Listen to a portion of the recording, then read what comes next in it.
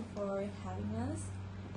I would like to ask for some introduction for yourself. Okay, my name is Coralia. I'm full-time professor here at the Department of Economics and Finance, and I teach to students of international commerce, accounting, and economics. Okay. Why do you think it's important to approach finance from a gender perspective? I think it's very important because finance affects everyone in economics, but women and men suffer in a different way and face different barriers and challenges. For example, if we introduce a gender perspective, it will help women to better manage, know how to manage their money, and it will empower them. Normally face violence. Women in finance are better prepared for life. How does a lack of financial education influence women's economic autonomy? We can think that women without financial education will find very hard to know how to manage their money, how to be independent from men, how to be empowered to take decisions, very important decisions in life, even into the household, not only at job or at public sphere, also at home. What are the most common barriers preventing women from accessing and using financial services?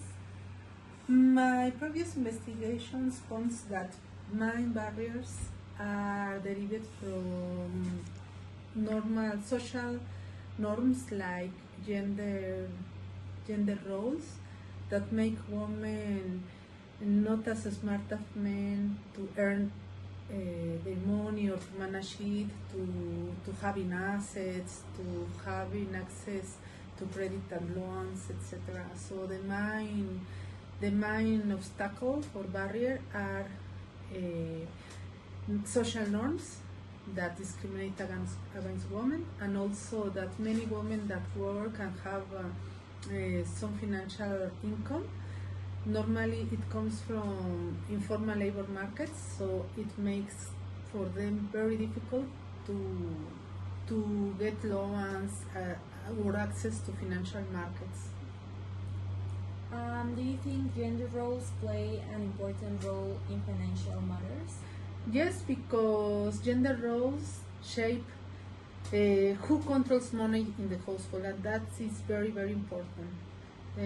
Normally, who controls money at home controls every important decision. How do unpaid workloads and caregiving roles affect women's financial decisions? Because both are activities that take a lot of time.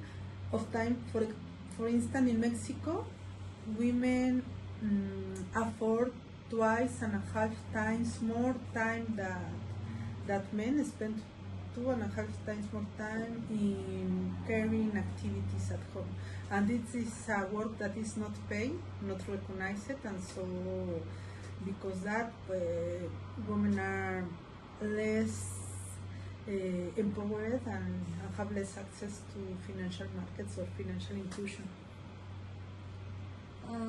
What are tangible benefits of women having greater control over their finances?